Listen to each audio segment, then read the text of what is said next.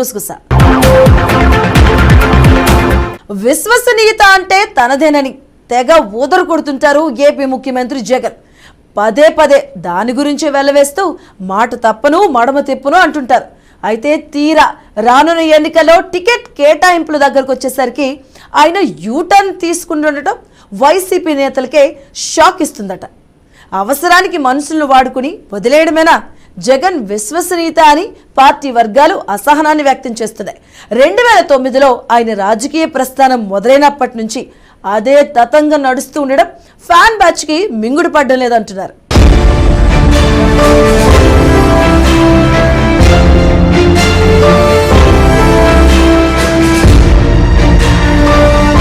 విశ్వసనీయత అంటే నాది అని డంగా బజాయించి మరి ముఖ్యమంత్రి జగన్ చెప్పుకుంటూ ఉంటారు. ఆయన భాషలో దానికి అర్థం అవసరానికి మనుషులను వాడుకోవడం, తర్వాత వదిలించుకోవడమేనా అంటే అవుననే సమాధానం వస్తుంది. 2009లో ఆయన రాజకీయ ప్రస్థానం మొదలైన నాటి నుంచి ఇప్పటి వరకు చూస్తే అన్ని సందర్భాల్లోనూ తనకు అధికారాన్ని తెచ్చిపెట్టేందుకు వాడుకొని తర్వాత వదిలేయటం ఆయన నైజమని స్పష్టమవుతుందంటున్నారు. అలా వదిలేసిన నాయకుల్లో కొందరు రాజకీయంగా కనుమరుగైపోయారు. వచ్చే ఎన్నికల్లో సైతం జగన్ తన అధికారాన్ని నిలబెట్టుకోవడానికి సిట్టింగ్ ఎమ్మెల్యేలకు హ్యాండ్ ఇస్తుండడం చర్చల్లో నలుగుతుంది.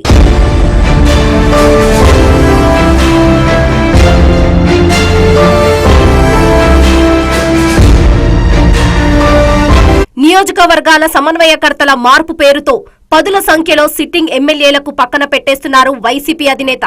ప్రభుత్వంపై జనంలో ఉన్న వ్యతిరేకతను ఎమ్మెల్యేలకు అంటగట్టి వారిని పక్కన పెట్టడం వల్ల కలిగే ప్రయోజనమేంటన్న దానిపై ప్రస్తుతం వైసీపీ వర్గాల్లో విస్తృతంగా చర్చ జరుగుతుంది. ఇదే జగన్ నైజం అంటూ ఆ పార్టీ నేతలు అసహనం వ్యక్తం చేస్తున్న పరిస్థితి నెలకొంది. 2009లో వైఎస్ రాజశేఖర్ రెడ్డి మృతి చెందినప్పుడు జగన్ను సీఎం చేయాలంటూ అప్పటి కాంగ్రెస్ ఎమ్మెల్యేలతో సంతకాలు చేయించారన్న అభియోగాలు ఉన్నాయి. అందుకు కాంగ్రెస్ అధిష్టానం ఒప్పుకోలేదు. అప్పుడు జగన్ ఎలా ఫీల్ అయ్యారో ఇప్పుడు సిట్టింగులకు టికెట్లు ఇవ్వనంటే వారు అలాగే బాధపడుతున్నారని వైసీపీ నేతలే వ్యాఖ్యానిస్తున్నారు. వైసీపీ ఆవిర్భావం నుంచి జగన్ వ్యవహరిస్తూ వచ్చిన ఒంటెద్దు పోకడనలు గుర్తు చేసుకుంటున్నారు.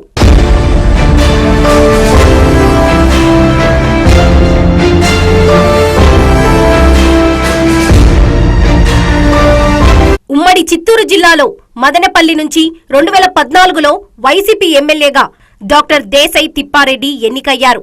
జిల్లాలో తమ రాజకీయ అవసరాల దృష్ట్యా మదనపల్లిలో ముస్లిం అభ్యర్థికి టికెట్ ఇవ్వాలని పెద్దిరెడ్డి చెప్పడంతో 2019 ఎన్నికల్లో తిప్పారెడ్డికి మొండి చేయి చూపారు.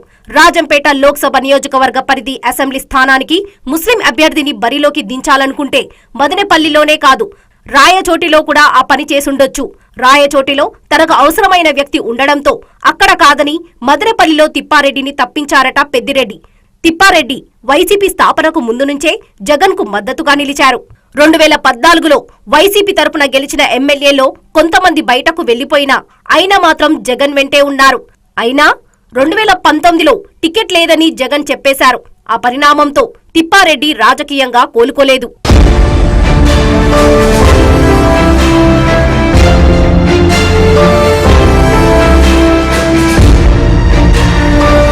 ఇక నెల్లూరు జిల్లా ఎమ్మెల్యే నల్లపురెడ్డి ప్రసన్న కుమార్ రెడ్డిని మంత్రివర్గంలోకి తీసుకోకుండా 2 సార్లు హ్యాండ్ ఇచ్చారు.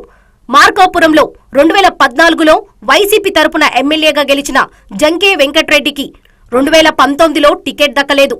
అప్పటి నుంచి సీఎం అపాయింట్మెంట్ కోసం జంకే ఎన్నోసార్లు తిరిగారు. చివరకు మాజీ మంత్రి బాలినేని శ్రీనివాసరెడ్డి ప్రోద్బలంతో ఆయనను ప్రకాశం జిల్లా పార్టీ అధ్యక్షుడిగా నియమించారు. ఇప్పుడు కూడా టికెట్ ఆశలో ఆయన్ను ఊరేగిస్తున్నారే తప్ప స్పష్టత ఇవ్వడం లేదు.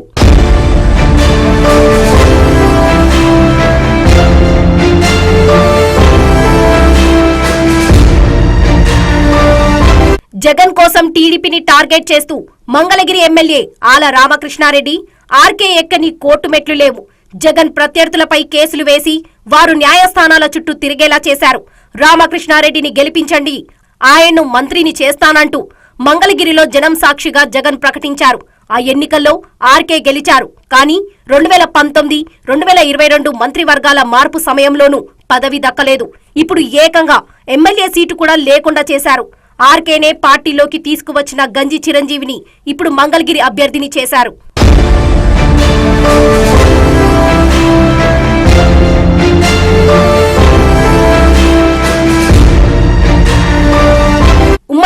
వైసీపీలో మంత్రిగా ఉన్న సమయంలో మోపిదేవి వెంకటరమణ జగన్ అక్రమాస్తుల ఆర్జనకు సాయపడ్డారనే కేసులో జైలుకు కూడా వెళ్లారు. తర్వాత నుంచి ఆయన జగన్ వెంటే ఉన్నారు. 2014, 2019లోనూ ఓడిపోయినప్పటికీ ఆయన్ను ఎమ్మెల్సీని చేసి మంత్రివర్గంలోకి తీసుకున్నారు. అయితే ఏడాదిలోపే మోపిదేవి కేబినెట్ పదవి నుంచి తప్పించారు. పార్టీకి రాజకీయ ప్రయోజనం కోసమంటూ బీసీ కోటాలో రాజ్యసభకు పంపారు.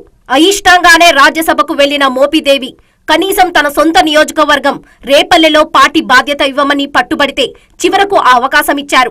ఇప్పుడు ఎన్నికలకు సిద్ధమవుతున్న తరుణంలో మంగళగిరిలో ఆర్కేకి ఇచ్చిన ట్రీట్మెంటే మోపిదేవికి కూడా ఇచ్చారు. రేపల్లెలో రాజకీయ కుటుంబానికి చెందిన డాక్టర్ గణేష్ ను గతంలో మోపిదేవి వైసీపీలో తీసుకువచ్చారు. ఇప్పుడు అదే గణేష్ ను రేపల్లె పార్టీ సమన్వయకర్తగా నియమించి మోపిదేవిని పక్కన పెట్టారు.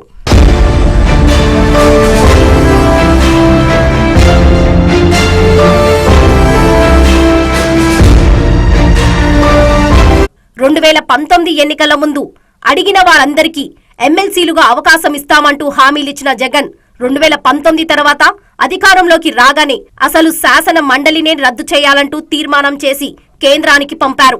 తర్వాత రాజకీయ అవసరాల కోసం ఆ తీర్మానంపై పట్టుబడకుండా కాలం వెళ్లదీస్తూ వస్తున్నారు. ఆ క్రమంలో 2019 ఎన్నికల ముందు హామీలిచ్చిన వారిలో అతి కొద్ది మందికే ఎమ్మెల్సీలుగా అవకాశం ఇచ్చారు.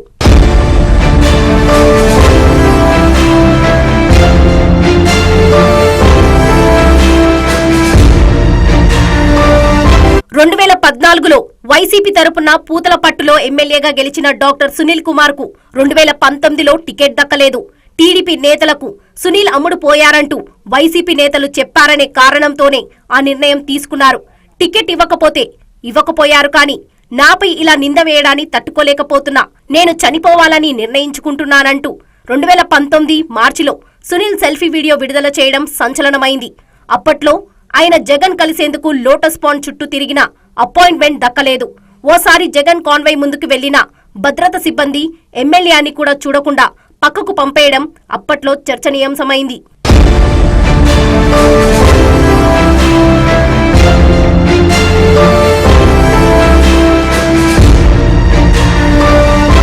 ఎంపీ పదవికి రాజీనామా చేసి మరి కాంగ్రెస్ నుంచి బయటికొచ్చిన మేకపాటి రాజమోహన్ రెడ్డి నెల్లూరు జిల్లాలో వైసీపీకి పెద్ద దిక్కుగా నిలిచారు.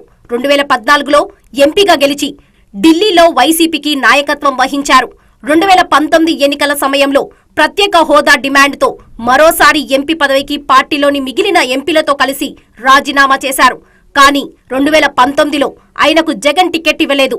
తర్వాత ఆయన్ను రాజ్యసభకు పంపుతారనుకున్నా అది జరగలేదు. తితిదే చైర్మన్ పదవి ఇస్తారని ప్రచారము సాగినా ఆ అవకాశమూ ఇవ్వలేదు. అలా ఆ సీనియర్ నేత రాజకీయంగా దాదాపు అనామకులైపోయారు. ఇలాంటి పరిణామాలతో విశ్వసనీయతను తనదైన అర్థమేంటో వైసీపీ అధినేతే చెప్పాలని పార్టీ శ్రేణులు సెటైర్లు వేస్తున్నారు.